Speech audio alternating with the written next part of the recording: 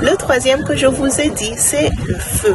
C'est l'élément du feu. L'élément du feu est un élément très important que dans beaucoup de traditions représente carrément la santé même. Où est-ce qu'on trouve cet élément? On le trouve d'abord dans la cuisine.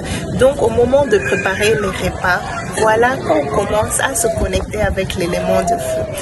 Après, l'élément de feu existe aussi dans notre ventre, c'est-à-dire notre procès digestif, parce que c'est tellement plein de enzymes pour faire la digestion. Voilà que c'est là qu'on trouve cet élément de feu. Donc l'élément de feu est quelque chose de très important à cultiver. Ça nous aide non seulement pour la digestion et notre santé, mais aussi pour notre clairvoyance et notre capacité de comprendre les choses et notre capacité de voir, car le feu est lumière et la lumière, c'est ce qui nous permet de voir les choses. Après le feu, je vous ai parlé de l'élément de l'eau. Il n'y a pas besoin de dire beaucoup et de m'expliquer. L'eau est tellement importante et aujourd'hui, surtout en Afrique, on trouve beaucoup de problèmes qui sont reliés à la tension, mais aussi aux reins et à notre procès d'urination. Ça, c'est dû à la manque de bonne qualité d'eau, c'est-à-dire de nous rappeler de boire plusieurs fois. C'est que beaucoup de fois, on pense que s'arrêter pour aller uriner, ça gêne.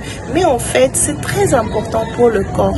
Et un corps qui est bien hydraté et un corps qui reste plus jeune aussi.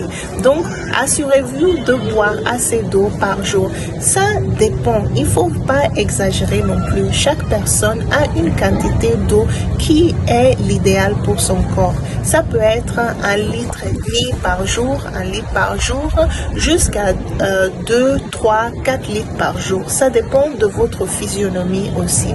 Mais rappelez-vous, boire de l'eau, ce n'est pas la même chose que boire des boissons. Voilà que le corps fait une grosse distinction entre les liquides et ce qui est l'eau pure. L'eau pure passe directement dans notre corps sans avoir besoin de digestion.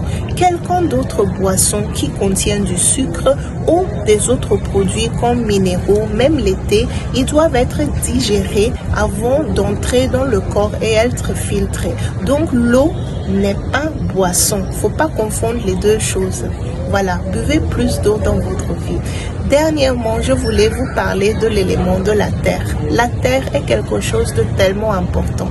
Quand on pense à l'Ayurveda, la médecine traditionnelle de la Inde, elle nous explique que la terre, en fait, c'est tout ce qui permet les objets concrets qu'on voit autour de nous. Donc, nous-mêmes, nos corps mêmes sont faits de terre. Et ça, on le sait parce que plusieurs écritures religieuses nous rappellent que nous sommes faits de terre et de poussière, n'est-ce pas?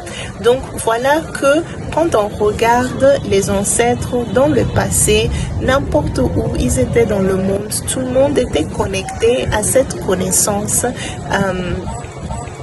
très puissante, voilà.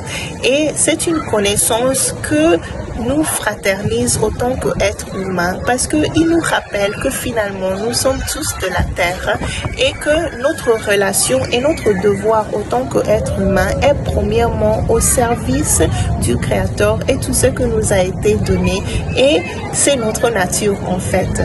Donc l'élément de la terre, voilà, je peux vous parler ça avec plus de détails la prochaine fois, mais il suffit de dire que le respect, l'amour pour tout ce que vous avez autour, la gratitude, ça va vous emmener beaucoup de paix intérieure qui vous reconnaît.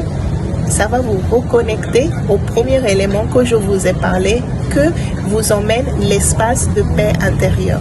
J'espère que cette vidéo vous a inspiré, vous a aidé, vous a rappelé de vous connecter avec tout ce que vous avez autour pour vous emmener un peu plus de bien-être et de joie dans votre vie.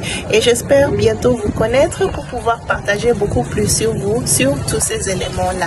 Merci encore, très bonne journée à vous. À la prochaine.